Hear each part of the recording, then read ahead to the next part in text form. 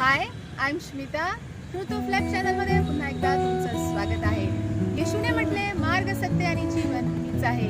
माझ्याद्वारे आल्या वाचून कोणीही पित्याजवळ जाऊ शकत नाही. आज स्वतःला 3 प्रश्न विचारूया. काय त्या मार्गावर मी चालत आहे? काय ते सत्य मला समजलं आहे? आणि काय त्या जीवनापर्यंत मी पोहोचलो आहे? आणि या प्रश्नांची उत्तरे जर तुम्हाला पाहिजे असतील तर आजचं वचन तुमच्यासाठी आहे. हे वचन ऐकून आशीर्वादित व्हा. त्या मार्गावर चाला, ते सत्य समजून घ्या आणि त्या जीवनापर्यंत पोहोचा.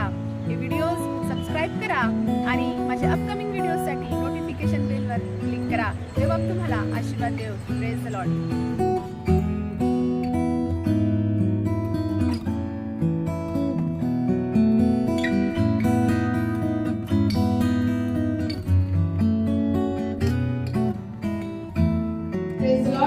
देवाला धन्यवाद देऊया आजच्या या सुंदर वेळेसाठी की त्यांनी आपल्याला ही सुंदर वेळ दिली. त्याचं वचन ऐकण्याची आणि त्याच्या वचनातून तो आपल्याला काय मार्गदर्शन करतो हे समजण्याची. येशूने म्हटले, मार्ग, सत्य आणि जीवन मीच आहे. माझ्याद्वारे आल्याशिवाय कोणीच पित्याकडे येऊ शकत नाही. या ठिकाणी येशू कोणत्या मार्गाविषयी बोलत आहे, ते कोणतं सत्य आहे आणि ते कोणतं जीवन आहे, त्याविषयी आज येशू या ठिकाणी आपल्याला सांगत आहे. तर आज या वचनातून आपण बघूया की मार्ग काय आहे, सत्य काय आहे आणि जीवन काय आहे. परमेश्वर देवाने मनुष्यासाठी अनेक योजना बनवल्या. स्तोत्रसंहिता 139 आणि वचन 16 मध्ये सांगितलेलं आहे की आपल्या जन्माच्या पूर्वीच ते सर्व काही देवाच्या वहीत नमूद करून ठेवलं होतं. आणि परमेश्वराने देवा मनुष्यासाठी ज्या योजना बनवल्या त्या त्याच्या हिताच्या होत्या आणि चांगल्या होत्या. परंतु मनुष्याने देवाच्या योजनेकडे पाठ फिरवली आणि आपले जीवन सैतानाच्या हातामध्ये सोपवून दिले. परंतु आपला देव एवढा महान आहे, प्रेम करणारा आहे आणि म्हणून त्याने जगावर एवढी प्रीती केली की त्याने आपला एकुलता एक पुत्र दिला, यासाठी की जो कोणी त्याच्यावर विश्वास ठेवतो त्याचा नाश होऊ नये तर त्याला सार्वकालिक जीवन प्राप्त व्हावे. मग काय आहे तो मार्ग, काय आहे ते जीवन आणि काय आहे ते सत्य हे आपण समजून घेऊया. सर्वात पहिले आपण मार्ग काय आहे हे आपण समजून घेऊया. मार्ग म्हणजे रस्ता, आपल्या सर्वांनाच माहित आहे. आणि रस्ता जो आज आपण ज्या रस्त्यावर जातो, ज्या रस्त्यावर चालतो, त्या रस्त्याला एक एंड असतो, त्या रस्त्याला एक शेवट असतो. तर आज या जगामध्ये अनेक रस्ते आहेत, अनेक मार्ग आहेत. अनेक जण या जगामध्ये आलेत आणि त्यांनी आपापले मार्ग बनवले. आपण सुद्धा अनेक व्यक्तींनी, अनेक लोकांनी आपापल्या मार्गाची निवड केलेली आहे. अनेक लोक म्हणतात की सर्व मार्ग सारखे आहेत, अनेक लोक म्हणतात की सर्व मार्ग एक समान आहेत आणि एकीकडेच जाणारे आहेत. परंतु हे सत्य नाही. मला तुम्हाला प्रश्न विचारू द्या की जर सर्व मार्ग सारखे आहेत तर मग काय सर्व पुरुष सारखे आहेत, काय सर्व मनुष्य सारखे आहेत? आणि जर असं आहे तर एका स्त्रीला तिचा पती ओळखणं फार कठीण आहे. परंतु सर्व मार्ग सारखे नाही आहेत. या जगामध्ये जरी अनेक दैवत आले, अनेक देव आले, अनेक संन्यासी आले, अनेक साधू संत महंत आले, अनेक तत्वज्ञानी आले, शास्त्रज्ञ आले, अनेक महाकाय आले, महावीर आले आणि त्यांनी आपल्याला अनेक चांगल्या गोष्टी शिकवल्या, त्यांनी तत्वज्ञानाच्या गोष्टी शिकवल्या, त्यांनी अनेक धर्मांची स्थापना केली, चांगलं शिकवण आपल्याला दिली. स्वतःला ओळखा, पवित्र व्हा, तुमचा आत्मविश्वास वाढवा, समाजसेवा, दानधर्म, स्वतःची एक नवीन लाईफस्टाईल, एक नवीन जीवनशैली काय आहे आणि त्याच्यामध्ये मेडिटेशन आहे, योगाभ्यास आहे, लॉ ऑफ अट्रॅक्शन आहे आणि उच्च शिक्षण आहे, दानधर्म आहे, या जगातील मोहमायापासून दूर जाऊन संन्यास घेणे आहे. आणि असे वेगवेगळे मार्ग मनुष्याला शिकवले गेले आणि असे वेगवेगळे मार्ग मनुष्याने आपल्या जीवनामध्ये तयार केले. परंतु या मार्गावर चालण्याचा उद्देश मनुष्याचा हा होता की जे त्याला त्याच्या जीवनामध्ये मिळू शकलं नाही ते त्याला प्राप्त करायचं होतं. आणि परंतु आपण बघतो की त्याचा शेवट आज या जगामध्ये आपल्याला दिसत आहे. त्याचा परिणाम आपल्याला या जगामध्ये दिसत आहे की गोंधळ आहे, दुःख आहे, नैराश्य आहे. आणि या सर्व परिस्थितीतून मनुष्य जात असताना आज ज्या चुकीच्या मार्गावर तो जात आहे त्या चुकीच्या मार्गाचे परिणाम त्याच्या जीवनामध्ये तो भोगत आहे. या ठिकाणी प्रभू येशू ख्रिस्त म्हणत आहे की मीच मार्ग आहे. या ठिकाणी हा जो मार्ग आहे हा काही पर्यायी मार्ग नाही, हा काही ऑप्शन नाही, तर तो केवळ एक आणि एकच मार्ग आहे. आजपर्यंत वेगवेगळ्या मार्गावर चालून जर तुम्ही अपयशी झाला असाल तर तुम्हाला आज आनंदाची बातमी ही आहे की तुमच्यासाठी एक मार्ग तयार आहे आणि तो मार्ग तयार करण्यासाठी प्रभू येशू ख्रिस्ताला स्वतःचं बलिदान द्यावं लागलं. प्रभू येशू ख्रिस्ताला ती किंमत मोजावी लागली. तो आपल्यासाठी मध्यस्थ झाला आणि आपल्यासाठी तो पूल त्याने तयार केला यासाठी की आपण त्या जिवंत परमेश्वराकडे जाऊ शकू. आकाश आणि पृथ्वीचा निर्माण करता जो आपला परमेश्वर आहे त्या परमेश्वराकडे जाण्यासाठी केवळ एक आणि एकच मार्ग आहे. प्रभू येशूने केवळ आपल्याला तत्वज्ञान शिकवले नाही. प्रभू येशूने केवळ या जगामध्ये धर्माची स्थापना केली नाही. प्रभू येशूने केवळ तुम्ही असं करा किंवा तसं करा किंवा पवित्रतेचा मार्ग त्यांनी आपल्याला शिकवला नाही, तर तो स्वतः तो पवित्रतेचा मार्ग झाला. तो स्वतः आपल्याला तिथपर्यंत घेऊन गेला. तो स्वतः त्या ठिकाणी मध्यस्थ झाला. ते होण्यासाठी त्याने स्वतःचं बलिदान केलं आणि यासाठी की आपण त्या पवित्र देवासोबत एक व्हावे. जो आपण देवासोबत विभक्त झालो होतो तो आपल्या देवासोबत समेट होण्यासाठी प्रभू येशू ख्रिस्ताने जे आपल्यासाठी केलं ते फार समजणं आपल्याला जरुरी आहे. आणि म्हणून वचन सांगतं की प्रभू येशू ख्रिस्त म्हणतो की केवळ मीच तो एक मार्ग आहे. प्रेषित 4 आणि 12 मध्ये सांगितलेलं आहे की तारण येशू शिवाय दुसऱ्या कशात मध्येच नाही. पहिले तिमोथी 2 आणि 5 मध्ये सांगितलेलं आहे मनुष्य आणि देव यामध्ये केवळ एकच मध्यस्थ आहे आणि तो म्हणजे प्रभू येशू ख्रिस्त. दुसरा रस्ता जर असता तर प्रभू येशू ख्रिस्ताला तुमच्या आणि माझ्यासाठी क्रूसावर बलिदान देण्याची गरज नसती. तुम्ही कोणी असा, तुम्ही श्रीमंत असा, तुम्ही खूप धार्मिक असा, तुम्ही सज्जन असा, तुम्ही खूप मोठे असा, उच्च शिक्षित असा, तुम्ही फार देवधर्म आणि कर्म करणारे असा, परंतु जर तुमची क्षमा झालेली नाही किंवा जर तुम्ही प्रभू येशू ख्रिस्ताच्या द्वारे जो मार्ग देवाने तुमच्यासाठी तयार केलेला आहे त्या मार्गावर जर तुम्ही आज चालत नाही, तो मार्ग जर तुम्हाला तुमच्या जीवनामध्ये सापडला नाही, तर समजून घ्या की तुम्ही आज नाशाच्या मार्गाने जात आहात. तुमचं जीवन तुम्ही आज नाशाकडे घेऊन जात आहे. तो मार्ग केवळ येशू आहे, अन्य कोणीही नाही. मनुष्याने सर्व जग मिळवलं परंतु आपला आत्मा, आपला जीव गमावला तर त्याला काय लाभ. आणि म्हणून या जगामध्ये जर तुम्ही सर्व काही कमवलेलं आहे परंतु जर तुमचा जीव तुम्ही नाशाच्या मार्गाकडे घेऊन जात आहात तर तुम्ही तुमच्या जीवनामध्ये तुमचा नाश करून घेणार आहात. दुसरी गोष्ट आपण बघूया की सत्य काय आहे. गणना 23 आणि 19 वचनामध्ये म्हटलेलं आहे की देव हा मनुष्य नाही की तो खोटा बोलेल आणि सत्य जे आहे सत्य हे वरून आहे, सत्य हे जगाचे नाही. हे जग असत्याने भरलेले आहे आणि या जगामध्ये जर आपण पाहिलं तर सत्याचा मोबदला मनुष्याने असत्यासोबत केलेला आहे आणि आज असत्य हे सहजपणे स्वीकारले गेलेलं आहे आणि हे असत्य आजची लाईफस्टाईल बनलेली आहे.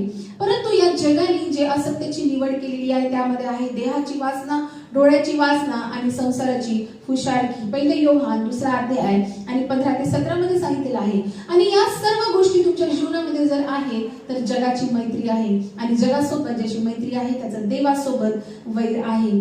योहान 8 आणि 44 आणि 45 मध्ये सांगितलेलं आहे की सैतान हा लबाड आहे, तो असत्य आहे आणि तो लबाडाचा बाप आहे. देवाच्या सत्यावर विश्वास ठेवण्याऐवजी मनुष्याने सैतानाच्या लबाडीवर, सैतानाच्या असत्यावर विश्वास ठेवण्याची निवड मनुष्याने केलेली आहे. आणि एदेन बागेमध्ये सुद्धा आपण पाहतो की मनुष्याने तेच केलं. देवाने जे सत्य वचन त्यांना सांगितलं होतं की हे फळ खाऊ नको आणि खाल्लं तर खास मरशील, परंतु सैतानाने त्यांना सांगितलं की तू हे फळ खा, हे फळ चांगलं आहे, तू मरणार नाही. आणि देवाच्या वचनावर, देवाच्या सत्यावर विश्वास ठेवण्याऐवजी मनुष्याने सैतानाच्या लबाडीवर विश्वास ठेवला. आणि आज जगामध्ये आपण तेच पाहतो.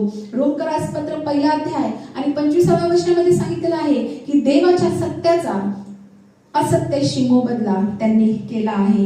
आणि म्हणून पापी झाल्यामुळे मनुष्य नेहमी लबाडीच्या बाजूने असतो, मनुष्य नेहमी हा असत्याच्या बाजूने असतो. त्यामध्ये आज आपण बघतो की स्वार्थी प्रेम आहे आणि लोभ आहे, मोठेपणा आहे, खुशालकी आहे, हत्या आहे, वैमनस्य आहे, राजकारण आहे, कोर्टामधल्या केसेस आहे. आणि या सर्व गोष्टीमध्ये चालत असताना मनुष्याला असत्याचा आणि लबाडीचा सहारा घ्यावा लागत आहे. योहान 8 आणि 32 मध्ये सांगितलेलं आहे की सत्य तुम्हाला समजेल आणि सत्य तुम्हाला बंधनमुक्त करील. कोणत्या बंधनामध्ये आज तुम्ही आहात?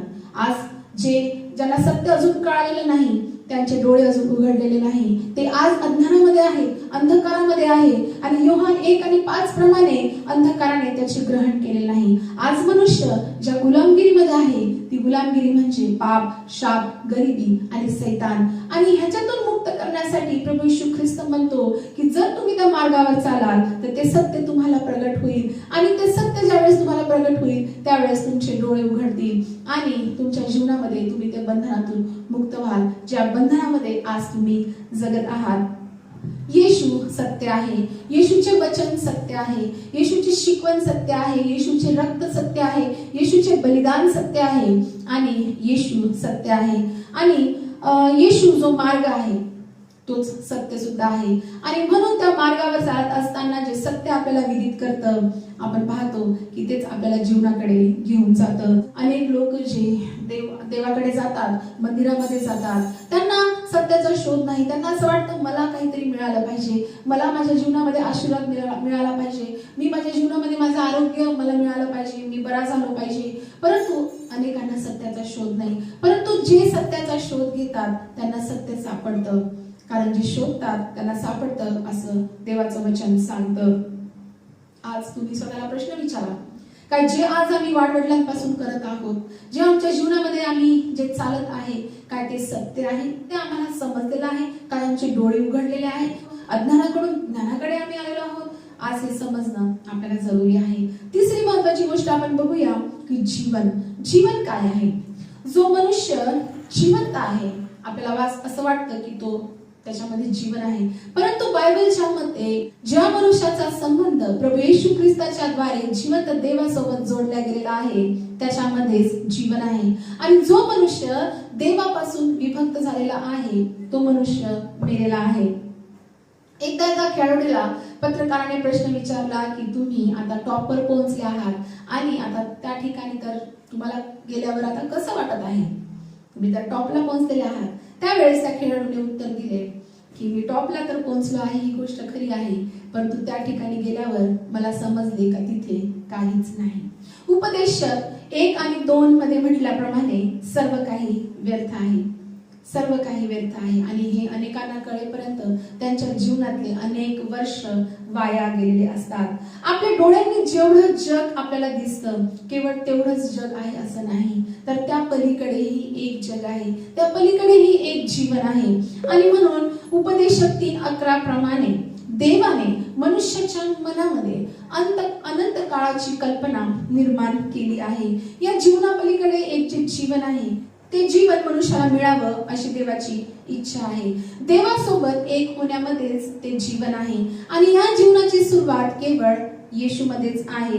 ज्यावेळेस प्रभू येशू ख्रिस्ताला तुम्ही आपलं तारणारा म्हणून स्वीकारता, ज्यावेळेस प्रभू येशू ख्रिस्ताच्या बलिदानाद्वारे त्याच्या रक्ताद्वारे तुम्हाला क्षमा मिळते, तेव्हाच त्या जीवनाला सुरुवात होते. ज्या वेळेस प्रभू येशू ख्रिस्तात जो मार्ग आहे त्यावर तुम्ही चालता, तो मार्ग तुम्ही निवडता, ज्यावेळेस ते सत्य तुम्हाला कळतं त्याच वेळेस त्या जीवनाला तुमच्या सुरुवात होते. जर तुम्हाला असं वाटत असेल की मी प्रभू येशू ख्रिस्तावर विश्वास ठेवला आणि आता माझ्यामध्ये ते जीवन आहे, असं होणार नाही.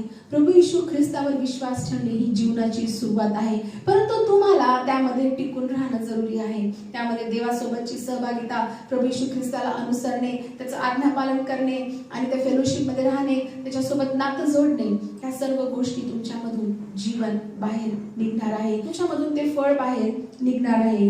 येशूचा मार्ग अधिक येशूचे सत्य इज इक्वल टू येशूचे जीवन आहे. ज्या मार्गावर तुम्ही चालता त्या मार्गावर तुम्हाला सत्य समजते आणि ते सत्य तुम्हाला जीवनाकडे घेऊन जाते. आज आपण स्वतःला प्रश्न विचारूया पुन्हा एकदा तोच, काय तो मार्ग मला सापडलेला आहे, काय ते सत्य मला समजलेलं आहे आणि काय ते जीवन माझ्यामध्ये आहे. आणि हे सर्व समजत असताना काही गोष्टी आपल्याला समजणं जरुरी आहे की अनेक लोक आज येशूला मानतात, अनेक लोक आज येशूला मानणारे आहेत, परंतु ते अजूनही येशूच्या मार्गावर नाहीत, अजूनही त्यांना सत्य समजलेलं नाही, अजूनही त्यांच्यामध्ये जीवन नाही, कारण ते केवळ येशूला मानतात. आपल्याला येशूला जाणणं जरुरी आहे.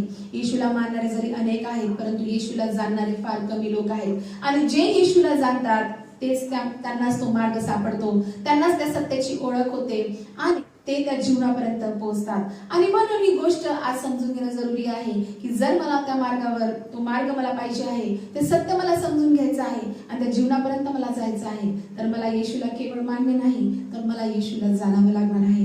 प्रभू येशू ख्रिस्त म्हणतो, मार्ग, सत्य आणि जीवन मीच आहे. आणि हे जे मीच प्रभू येशू ख्रिस्ताने म्हटलेलं आहे, यामध्ये जो अधिकार आहे, यामध्ये जो एक स्वतः त्यांनी जो मीच हा शब्द म्हटलेला आहे. आणि आपण पाहतो की मोशे सुद्धा परमेश्वराला विचारत होता की देशातल्या लोकांना मी काय सांगावं, ते मला विचारतील कोणता देव आहे. त्यावेळेस परमेश्वर म्हणतो त्यांना सांग की तो मी जो आहे तो आहे.